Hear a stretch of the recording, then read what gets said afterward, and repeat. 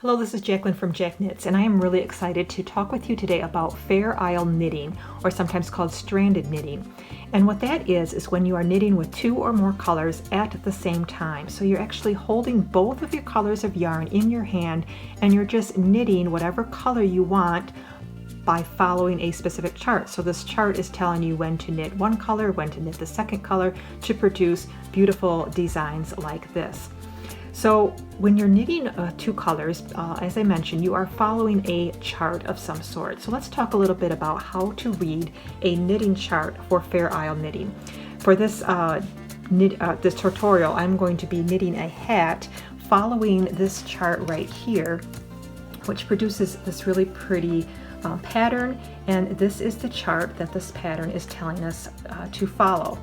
And how to follow a knitting chart is that you always are going to start with the very bottom row and work yourself up, and pay attention here first to how many stitches it tells you that it's a repeated pattern. So this one says that it's a 14 stitch repeat, and you can tell that this 14 stitches is being repeated several times in this pattern to produce this kind of seamless, pretty design.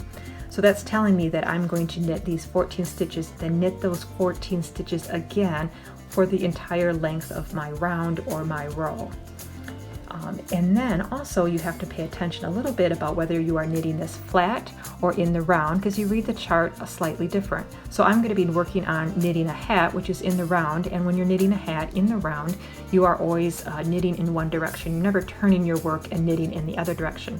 So that means that I have to start from the left, or excuse me, from the right to the left, and continue to read each row from that direction. So we're not ever turning our work, so we're always going to read the chart in the same direction, from right to left, then the next row, right to left, all the way up. Now it's different if you're knitting it flat, because when you're knitting it flat, you're turning your work every other row and knitting the other direction. So when you're knitting flat, to follow a chart, you will start the first row again by reading to the right to the left, but then you will read the pattern from the left to the right for the even number rows, and go back to the odd number row, right to left to right, etc. as you go up your pattern.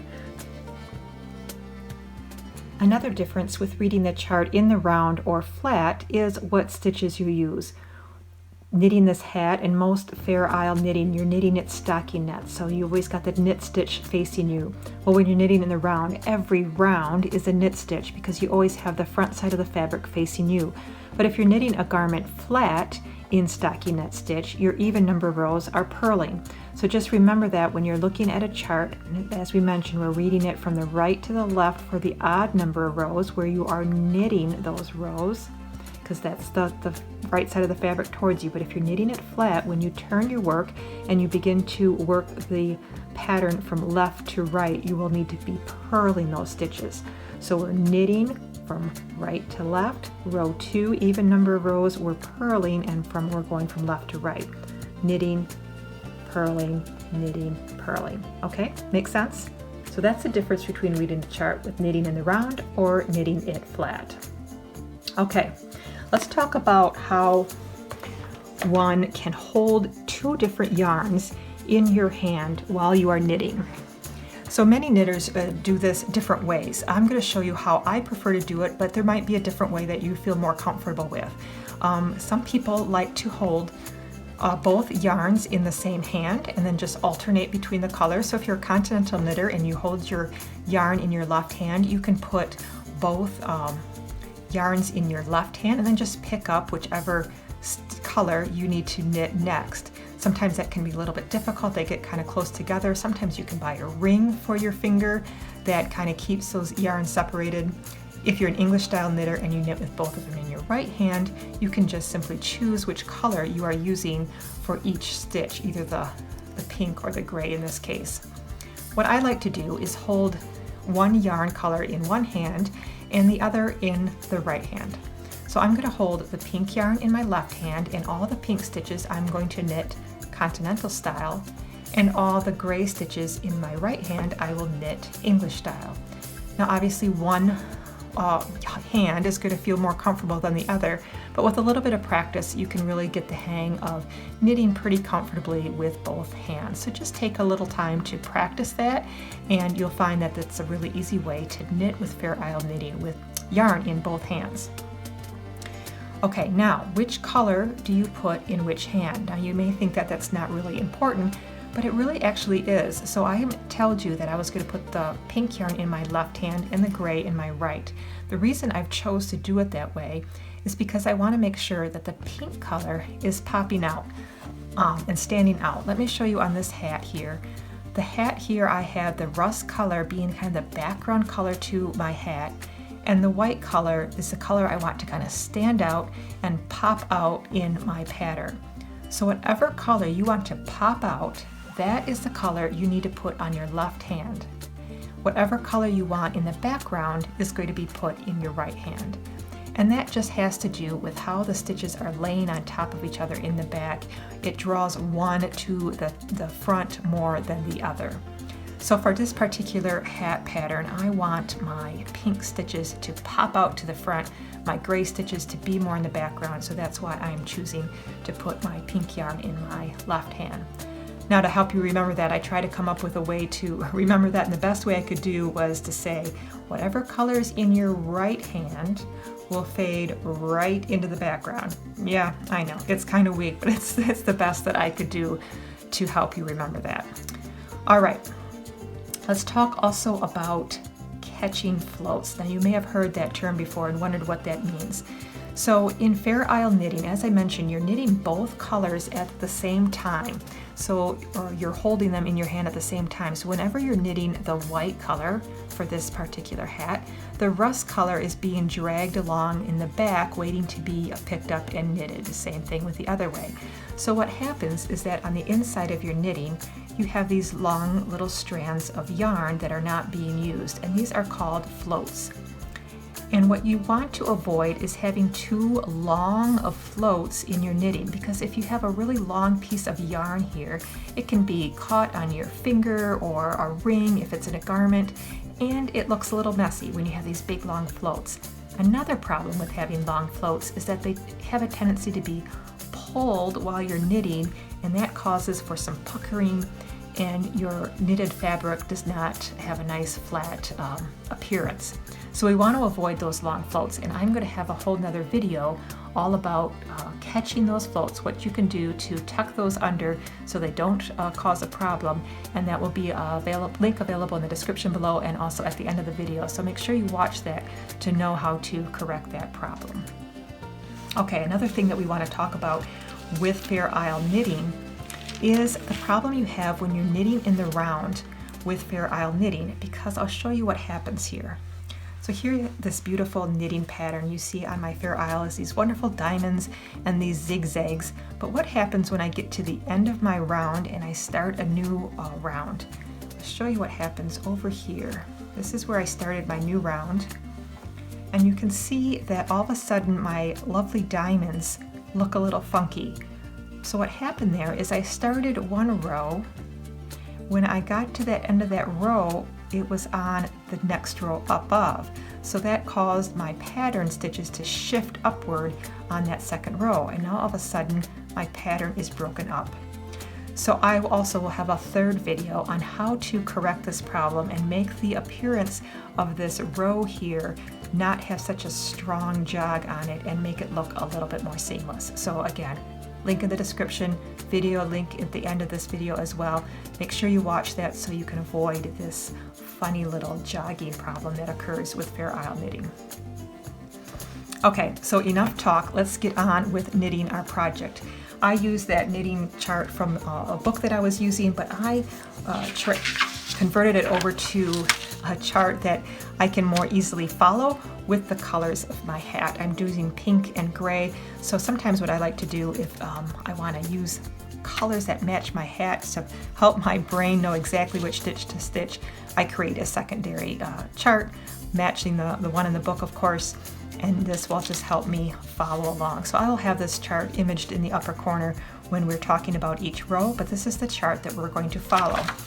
So you see for my first row, I've already completed row number 1 of this knitting pattern, which told me to knit 1 gray, then knit 1, 2, 3, 4, 5 pink, which I did here, then knit 3 gray, then 5 pink. So that is what I followed for these 14 stitches all the way around my hat. Before I did that, however, you notice that I've got several stitch markers in my hat. Because this is a 14 stitch repeat, I put a stitch marker every 14 stitches, and that just helps me to know when I get to a stitch marker that I have to start at the beginning and go back and do those same 14 stitches again. It just helps your brain process it a little bit easier and makes it a little bit easier to correct mistakes too if you only have to go back 14 stitches. And then I always do a different color stitch marker at the beginning of the round, so I know exactly when to start round 2 and the subsequent rounds. Okay, so you'll see that I did round 1 already, and I've already started to do round 2, which is knit 2 pink, knit 3 gray, knit 2 pink, 1 gray, 2 pink, etc. to the end of that row. So let's now begin knitting, continue knitting that row 2, that 14 stitch repeat. So again, I'm going to place my pink yarn in my left hand, my gray yarn in my right, and I will follow the chart here that we're looking at. So my very first stitch for row 2 is 2 pink stitches. So I'm going to, with my left hand here, knit a pink stitch. My right hand is just still holding the gray yarn, not doing anything yet. Knit another pink stitch. I needed to knit 2. Now my pattern calls for knitting 3 gray stitches. So now I will knit with my right hand and the gray yarn. So wrap that around for the gray. 1, 2, and 3. Okay, now the pattern calls for 2 pink stitches. With my left hand again, grabbing that pink stitch, grabbing another pink stitch for 2 more pinks. Now it calls for 1 gray, 2 pink,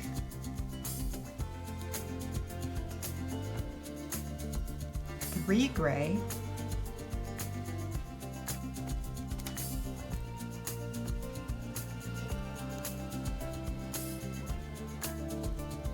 and then the last row for this 14 stitch is a pink. Now I've come to my marker, so that tells me now that I have to start over with that 14 stitch sequence still on row 2. So we're still following row 2. So we're just going to do that same pink stick sequence again, or that same stitch sequence again. 2 pink, 1, 2, then 3 gray,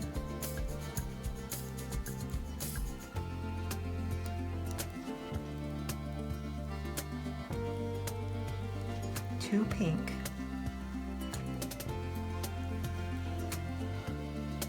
1 gray, 2 pink again, 3 gray,